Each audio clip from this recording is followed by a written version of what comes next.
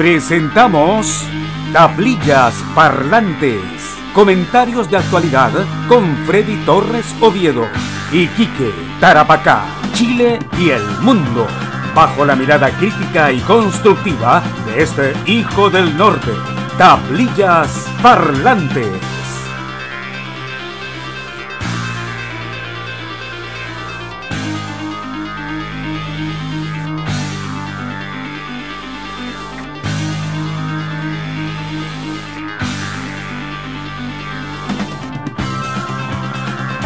La famosa historia de Chile, la historia que jamás nos han contado. Bueno, esta es Tablillas Parlantes, del tercer programa que ahora lo vamos acompañado con mi amigo Aldo Tazar. Y lo primero que vamos a hacer, vamos a brindar por la no independencia de Chile. Salud. Porque la verdadera independencia la vamos a ver ahora realmente. ¿Cuál es la verdadera independencia? En tablillasparlantes.cl, que pronto será una web, ¿no? Ojalá. Bueno, salud. Salud. Básicamente, amigos, la declaración de la independencia de Chile fue promulgada el día 12 de febrero de 1817.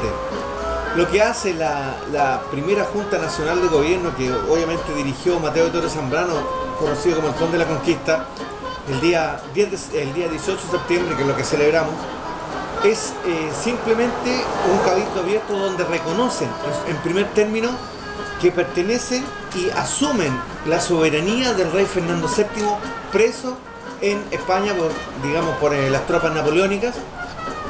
Él era un rey que no era un rey porque Napoleón Bonaparte tenía como rey de España a su hermano, José Bonaparte, conocido por el pueblo español como Pepe Botella, porque dicen que era muy bueno para el copete, para beber.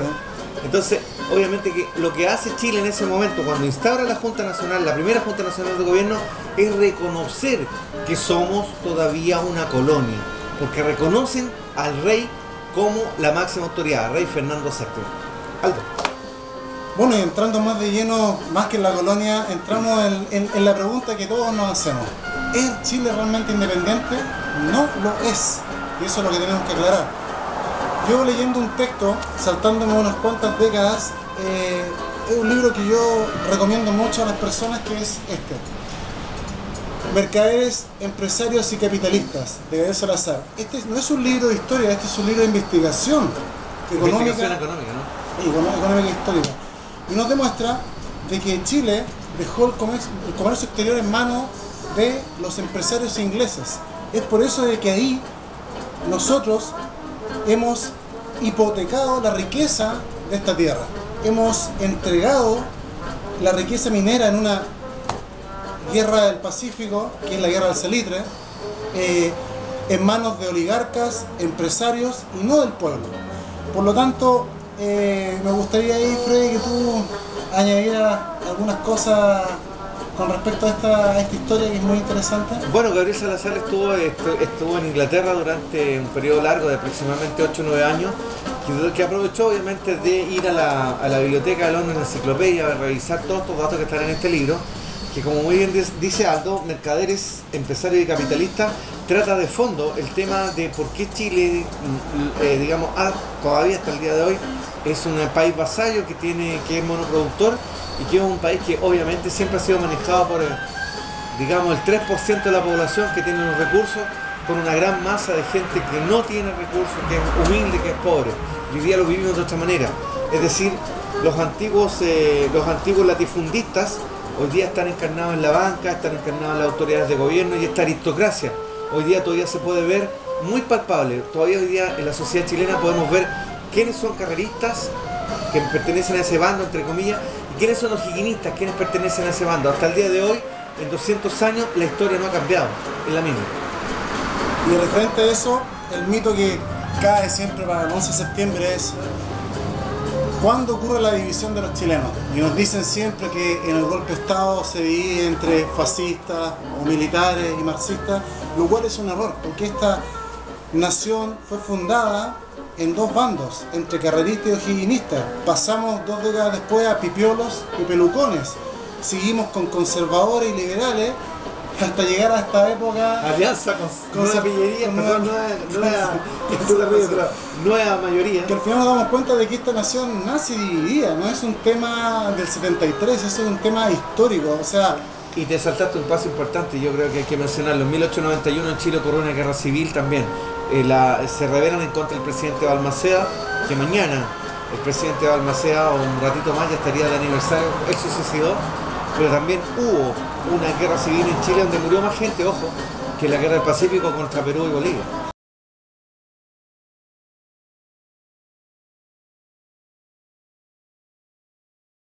Básicamente no tenemos independencia científica, no tenemos una independencia de pasar a ser un país monoproductor, que obviamente todavía hasta el día de hoy, 2014, el 34 al 35% de todo el PIB o del Producto Interno Bruto pertenece al cobre, con unas ramificaciones en algún tipo de otros tipos minerales como no metálico, como el litio, y también con la venta de productos de horticultura, que obviamente Chile debería ser una potencia alimentaria o alimenticia, como ustedes quieran usar el término, pero cosa que no lo hemos logrado. Todavía somos un país monoproductor y dependemos de los vaivenes de la Bolsa de Metales de Londres en lo referente a nuestro precio del cobre, que hemos tenido la suerte que en muchos lapsos de tiempo ha estado por más de $4 en la libra, pero hoy día está estacionada entre 3.5, 3.7, 3.8 y obviamente que tiene una tendencia a la baja.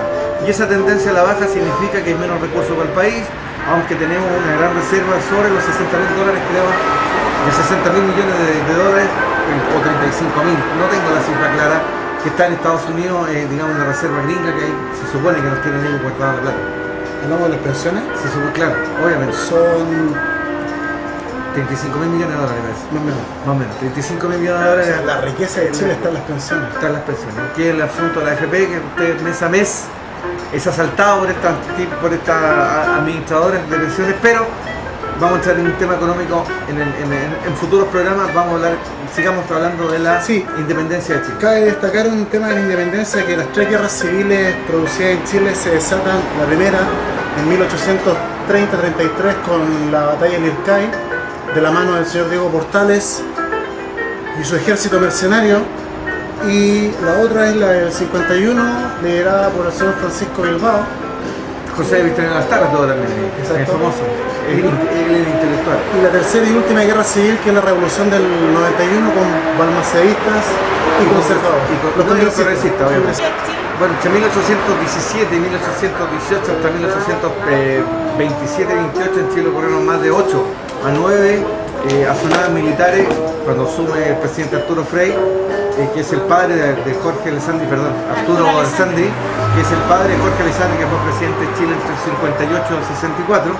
Él asume y hace una constitución nueva, que fue la constitución de 1925, que operó hasta el quiebre institucional del 73, cuando los militares toman el gobierno, que eufemísticamente ellos llaman pronunciamiento, cuando fue en realidad... Pero eso no tiene nada de místico. No, claro, entonces yo pienso que es eufemístico, dije, que ellos lo nombran como pronunciamiento, cuando fue en realidad un golpe a la institucionalidad chilena, que según un sector de esta parte, obviamente el sector o'higgins, para que se den cuenta quiénes son, rompe con el otro lado, que era como más carrerista, más para el lado de Manuel Rodríguez, digamos, para que la gente lo ubike, digamos, más liberal. Bueno, si podemos mirar, digamos, podemos decir, ubicar dónde están hoy día los carreristas, están generalmente los grupos que quieren hacer transformaciones, los grupos llamados progresistas, no el MEO, por favor, no confundamos una cortina política, una pantalla política de don Enrique, del señor Minami, porque en realidad, claro, de Marco Enrique, porque él no representa lo que es realmente el progresismo. Ahora bien, el progresismo, ¿qué se podría lograr con Chile? Lo que necesitamos Chile en esta nuevo aniversario patrio, que necesitamos, lo pide la gente, necesitamos una nueva constitución ante una asamblea constituyente y eliminar la constitución actual, que es una constitución que está básicamente imperando la constitución de Augusto Pinochet Ugarte, que es como si en Alemania hoy día imperara la constitución de Adolfo Hitler, porque en ningún lugar del mundo las constituciones de los tiranos hasta el día de hoy están vigentes, salvo en Chile, que está vigente una constitución de un tirano. Y eso obviamente que no es aceptable y el sistema está haciendo agua por todos lados. No, porque los dos bandos hoy día están absolutamente mezclados unos con otros y de repente cuesta un poco delimitar cuál bando, a qué pertenece cada bando. Pero lo que buscamos nosotros es desentrañar eso. ¿Y cómo lo desentrañamos? Simplemente, si hacemos un estudio, y lo dice Gabriel Salazar, el escritor de este libro, él lo clarifica y lo pone de una manera muy, muy simple. Todos los intentos de liberación de este país han sido, digamos, reducidos o limitados por la casta militar de Chile. Es decir, hay una costa histórica, que esa costa histórica llega a ser inclusive como ya casi algo digamos, de leyenda, que cuando uno la empieza a raspar, como dice Salazar obviamente en una de sus conferencias, llega a la cavidad, a la zona subcutánea, y se da cuenta de que toda revolución en Chile ha sido acallada por el bando oligárquico de la oligarquía chilena con los militares chilenos. Son ese bando que ha sido infranqueable el que ha terminado con todo eso. Por ejemplo, recuerdo la sonada del 91, la del 51 que mencionaba Aldo, 1851, la del 91, la guerra civil, luego los chicos del seguro obrero, después la revolución de la Chaucha 1 y 2, y después 73. Obviamente que hay un parangón extraordinario entre Balmaceda, que sucedía, y Allende, que bueno, decían que se suicidó, digo, pero hace pocos días atrás ya se ha descubierto, los militares han hablado que fue asesinado. Entraron disparando a los militares y los mataron. Y la última gran revolución, por así decirlo, la Escuela 1, donde mataron más de 2000 pampinos. Claro, la 1907, la sonada salitrera, que también... Y ello, era una petición muy simple, los saliteros eran 17 peniques de aumento. Si vamos a hablar de revoluciones y vamos a hablar de cambios, tenemos que llegar a la memoria del asunto. Y el asunto lo determina la Constitución, el orden jurídico por el cual cada chileno vive y muere. Y las constituciones, las versiones reales de estas constituciones son simples. La Constitución de 1873 se redacta después de una guerra sangrienta y civil, donde el ejército chileno pasa de ser republicano a ser el brazo armado de la oligarquía y el poder capitalista en Chile. Fue una derrota para el pueblo, fue una derrota para nosotros, porque después de esa constitución redactada no en democracia, años después, un siglo después, se redacta la de 1925 en base a un engaño político del señor Arturo Alessandri, con una pilla asamblea constituyente en que los delegados eran seleccionados a dedo. Fueron más de 400 delegados, todos amigos de este señor, todos del sector, lo cual no representa lo que es una asamblea constituyente, donde hay un representante de cada sector de la ciudadanía. No, en este sector eran conservadores, empresarios, hasta militares. Y llegamos a la más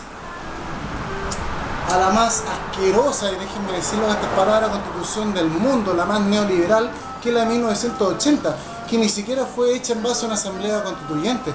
Fue una constitución hecha por 7 personas, todas conservadoras, católicas, ninguna mujer, y de la cual hasta el día de hoy rige nuestros destinos. Citando lo que dice mi amigo Freddy Torres, es como decir la constitución de Adolfo Hitler, que Alemania ha seguido con la misma constitución de un dictador. O sea, en esa enajenación política estamos viviendo, en esa paradoja política estamos viviendo, donde la famosa izquierda no ha hecho pero nada por hacer un cambio constitucional, porque esas reformas son maquillaje realmente para el orden jurídico y la vida que estamos llevando actualmente los chilenos. Acotar que además en 1925, a propósito de esta designación de Asamblea Constituyente a dedo, había un gran índice de analfabetismo todavía en Chile, por lo tanto había bastante poca capacidad crítica respecto a los procesos históricos o de la posibilidad de participación en estos procesos constitucionales. Ahora bien, ¿tiene algún mérito lo que hoy día con el gobierno de Bachelet se está viendo en términos de llamar a la sociedad a la participación para una nueva constitución política? Bueno, no nos olvidemos una cosa muy importante de la victoria política que tuvo la candidata Michelle Bachelet, hoy presidenta de Chile, en el sentido de que ella prometió que iba a haber una asamblea constituyente, que después se desdijo, que dijo que iban a estudiar una nueva constitución, que también se desdijo. Entonces obviamente que mucha gente creyó en las palabras de Bachelet, que hoy día no han resultado ser ciertas. Ya se habla de que no va a haber una asamblea constituyente, que no va a haber una nueva constitución, que le van a hacer el maquillaje, que todo va a quedar para un supuesto nuevo gobierno. Es decir, vamos a tener que esperar otra vez 4 años para empezar a pensar en probablemente tener la certeza de cambiar una constitución que, como lo decía Aldo, realmente una constitución patética porque inhibe toda todo sentido de libertad, cuando los hombres necesitan la libertad para poder expresarse, para poder decir y hacer cosas. La Constitución del 80 no lo hace porque fue un terno a la medida del señor Augusto Pinochet Ugarte, comandante en jefe de la fuerza y presidente de Chile a la fuerza durante 18 años. Entonces es una cosa que obviamente ha sido un freno a todas las digamos, intenciones de hacer un país más justo, más soberano y a la vez regido por la gente. Nosotros estamos buscando eso, ese sentido que tiene, digamos, que conversemos hoy día en tablillas parlantes del tema, buscar que la gente piense. No queremos cambiarle su forma de pensar, señor, señora, no, imposible. Usted piensa de una manera, lo único que lo invitamos a que piense, a reflexionar, a que conversemos los temas. Aquí no es necesario que si yo pienso uno diferente de otro, nos vamos a pegar un balazo. Pero será un poco temerario, o no sé si temerario, pensar en esta participación de todos en un proceso de asamblea constituyente, pero tu postura eso puede ser, y te pregunto esto porque en el fondo puede significar un proceso de diálogo eterno. En algún minuto alguien va a tener que zanjar. Y aquí cabe otro cuestionamiento que no tiene que ver solo con la promesa del gobierno de Michelle Bachelet, sino que también tiene que ver con la posición que tienen actualmente nuestros parlamentarios, sean de la nueva mayoría, con una derecha enquistada sobre representar respecto a la cantidad de personas que apoyan esta tendencia política. Y por otro lado, dentro de esta misma nueva mayoría, sectores mucho más progresistas que sí tienden a plantear el tema de la participación ciudadana. Y hay también quizás un cuestionamiento a cada una de las personas a las cuales estamos invitando a reflexionar. O sea, hablamos de participación ciudadana, o sea, de los ciudadanos, de quienes están y participan dentro de un proceso eleccionario, dentro de un proceso de discusión. Y hoy día lo que tenemos es mucha gente que está más bien participando de los beneficios que le otorga, beneficio entre comillas, que otorga el sistema. Están preocupados de la tarjeta de crédito, están preocupados de las ofertas del mall, están preocupados de disfrutar, digamos, estos días que de asueto porque es fiestas patrias, que daría lo mismo si son fiestas patrias o otra celebración, porque en el fondo la gente lo que quiere es pasarlo bien. Bueno, eso tiene una razón, como tú bien decías antes, en 1925, por así decirlo, la ignorancia, el analfabetismo de la gente permitía que realmente los políticos ya hicieran y deshicieran lo que quisieran. Pero hay que recordar un hecho histórico, que la única constitución hecha en Chile a través de una asamblea constituyente con perfecto equilibrio desde las bases fue hecha en 1828 y fue redactada por el pueblo de Chile, por la ciudadanía que tomó las riendas políticas del país. El problema es que los historiadores oficiales, como quien escribe Miriam Duchens, que escribe el presidente Manuel Montt, defiende al tirano Montt, o los historiadores militares que siempre con sus belicismos nos hacen ver que somos un país victorioso. Los historiadores se han dedicado a esa constitución que duró un año, y Diego Portales, o la política portaliana, la echó abajo.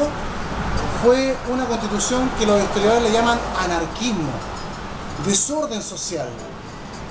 Para la memoria del chileno entendemos eso, y que realmente había un desorden y que había que poner el orden. Ese es el gran legado del señor Diego Portales. Pero con lo que tú dices, para que haya un cambio en este país, lamentablemente tenemos que ver las bases de la Constitución de 1980. Si la gente está estancada en la tarjeta, si la gente está estancada en el consumismo, es porque la Constitución de 1980 lo que da es el privilegio a la gran empresa, al capital, no al ciudadano en sí. Ese es el motivo por el cual es, en mi opinión personal, muy poco probable que realmente los cambios sociales se vean a corto plazo en este momento. La única forma a largo plazo es un cambio en la educación, pero ya vemos que no quieren hacer cambio en la educación porque un pueblo pensante es difícil de gobernar. Un pueblo pensante no va a pensar en el capital, va a pensar en la solidaridad, que es lo que hoy día no existe. No, además que la postura que acaba de, digamos, expresar Marcela, y a modo de crítica absolutamente constructiva, es la forma de pensar de los políticos paternalistas que dicen, pero ¿cómo el pueblo va a pensar? ¿Cómo el pueblo va a tomar determinaciones? ¿Cómo el pueblo va a querer hacer eso? Entonces nosotros le vamos a decir al pueblo lo que tiene que hacer. Y hemos estado 200 años en ese, que nosotros, es decir, una oligarquía, un grupo pequeño de personas, han decidido por todos los chilenos. ¿Y por qué no mejor le entregamos la herramienta al pueblo para que el pueblo piense por sí, para que la gente piense por sí, para que recuperemos el sentido solidario de esta patria? No se hace. ¿Por qué? Porque muy bien dice ella, están sumidos en él, primero que nada en la apatía, no quieren participar en política, porque le han dicho 30 años que la política es sucia. Hay sociedad en la política, yo no lo niego. Pero no todos son deshonestos. Dentro de la política hay gente que vale la pena. Los menos. Y lo entendemos. Porque los otros se lucran con la plata. Hace una semana se subieron 1,5 millones más otra vez los parlamentarios. Entonces, 2 millones. Entonces, más la cafetería. Más la cafetería, 772 millones. Y eso está mal, amigos. Ustedes, los políticos, tienen que tomar. No, esto no es decirle ustedes son culpables, no. Tomen en cuenta que el gobierno es algo temporal, ustedes están temporalmente y obviamente que este país va hacia cambios. Hay gente que sí se está preocupando y está perdiendo ese sentido paternalista de que le digan las cosas, la gente está pensando, sí. Y es lo que queremos hacer. Pero nosotros, sobre el sentido de la temporalidad que ofrecen estos sueños, proyectos, programas de gobierno, no existe también una suerte de temporalidad respecto de las demandas sociales, porque en 2006 nos enfrentamos a una revolución comunista. Hace pocos años atrás de nuevo nos enfrentamos a otra revolución estudiantil. Sin embargo, esto no tiene un proceso de continuidad ni termina con un proceso de cambio real. Pero ¿cómo va a terminar en algo de continuidad cuando todos los líderes políticos esos fueron comprados por el sistema? Yo veo a la Camila Vallejo ganando 8 millones, al Boris ganando 8 millones, a todos esos líderes que representaron un movimiento hoy día están comprados por el sistema. Ahí entramos en un hecho histórico. Lamentablemente las explicaciones, como dice la frase, quien no conoce su historia está condenado a repetir los mismos errores. ¿Usted sabía que, qué sabe usted de don Arturo Prat? El heroico Arturo Prat, el hombre que saltó el abordaje y murió y levantó la moral para que el pueblo chileno aplaudiera esa guerra.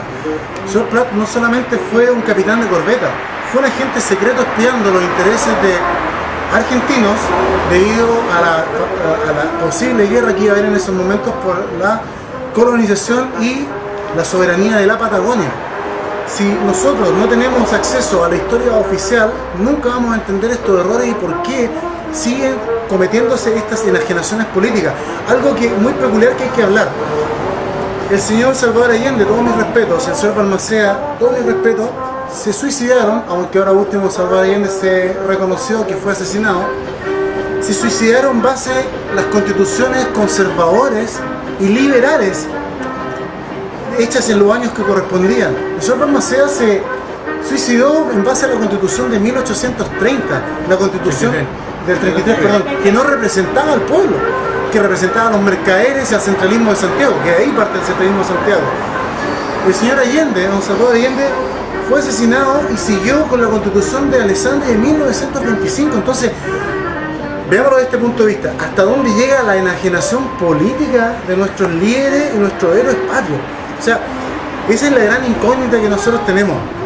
Si nosotros queremos hacer cambios en este país, tenemos que cambiar la constitución chilena. Para cambiarlo sabemos que por medio del Congreso, que desde 1833 es un Congreso de que revolucionarios como el señor Vicuña Maquena, que desestimó a la Patagonia, de ser un revolucionario burgués pasa al Club de la Unión, que viene siendo una cosa de alianza y concertación, pasa al sistema.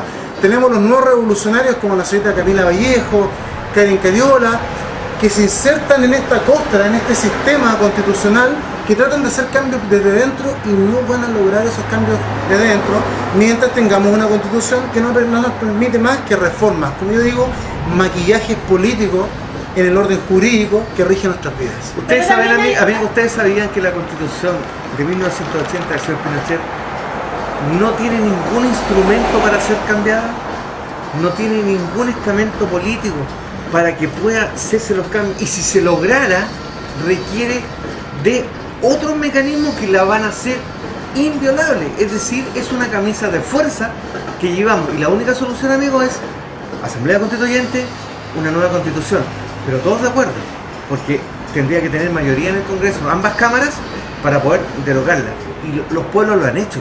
Les voy a contar, amigos, hay un país chico que está cerca del Ártico, se llama Islandia. Ellos votaron una nueva constitución por internet, tomaron a todos los políticos corruptos y a todos los jueces corruptos y los metieron en la cárcel hace 5 años atrás. Hoy día es el pueblo más pujante, el que tiene más dinero y el que ha tenido los índices económicos más altos. ¿Por qué? Porque encerraron a sus ladrones. Y ahora Escocia va por el mismo Pero lado. además hay otra cosa respecto a Irlanda, que también tiene índices de felicidad y de bienestar de las personas por sobre el estándar y por sobre la media de Yo lo que se tiene en otros yo países. estaría feliz, de verdad, ver a todos los ladrones que están en el Senado en la cárcel. De verdad. Pero ¿qué nos hace más felices? ¿El poder participar en sí mismo en el proceso? A mí lo que me hace ¿O feliz el abandonar esta dependencia económica no se que trata nos de tiene eso. a todos cautivos? de alguna No, forma? es mucho más amplio, amigos. No es tener un sistema u otro, es poder vivir en carne propia el sentido de justicia. Así de simple. Eso es lo que yo por lo menos creo. Es un tema bastante complicado. Yo insisto en que el cambio constitucional va a cambiar lo que tú dices. Claro, Islandia hizo cambios, pero no tenía constituciones tan neoliberales como la chilena. O sea, la mentalidad del europeo han trabajado siglos y siglos en sus libertades.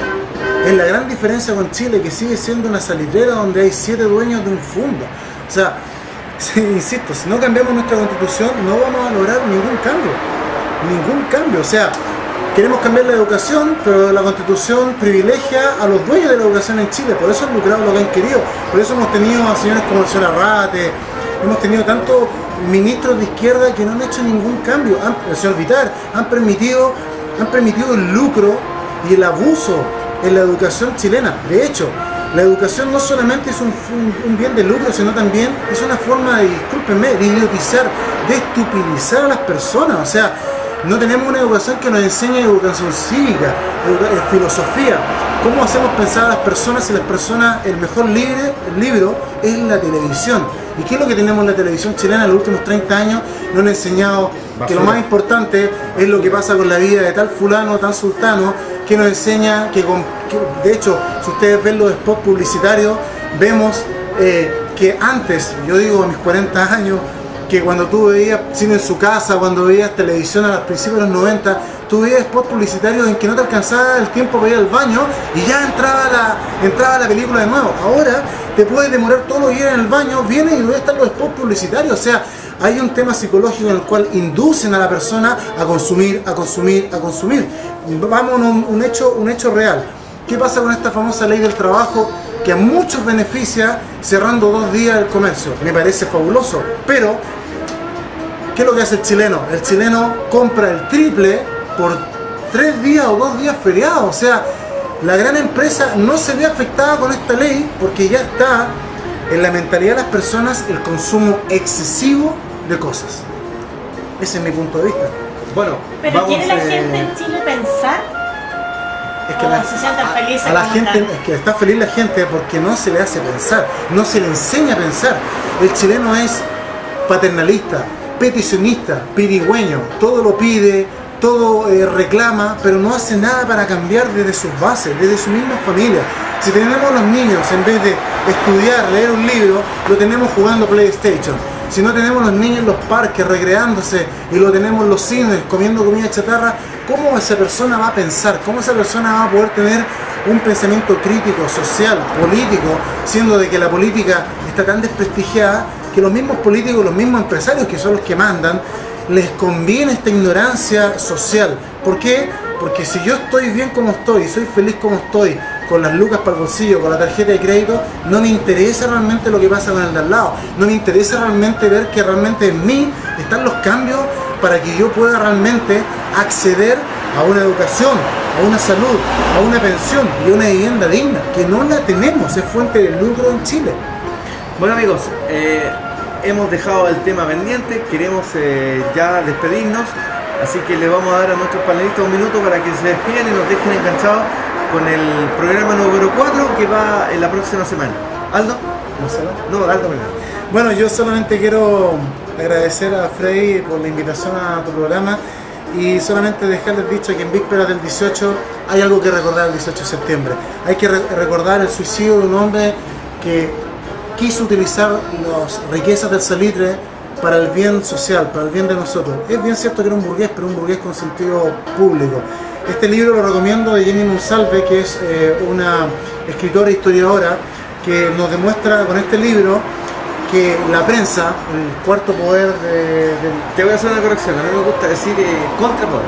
Porque yo, como estudié en Estados Unidos, no se habla del quinto poder o del cuarto poder, no, yo creo que es contrapoder y así se debe aplicar. Lo que pasa es que no se aplica, porque acá en Iquique y en Chile tenemos cientos de periodistas que trabajan de relacionadores públicos, pero no investigan.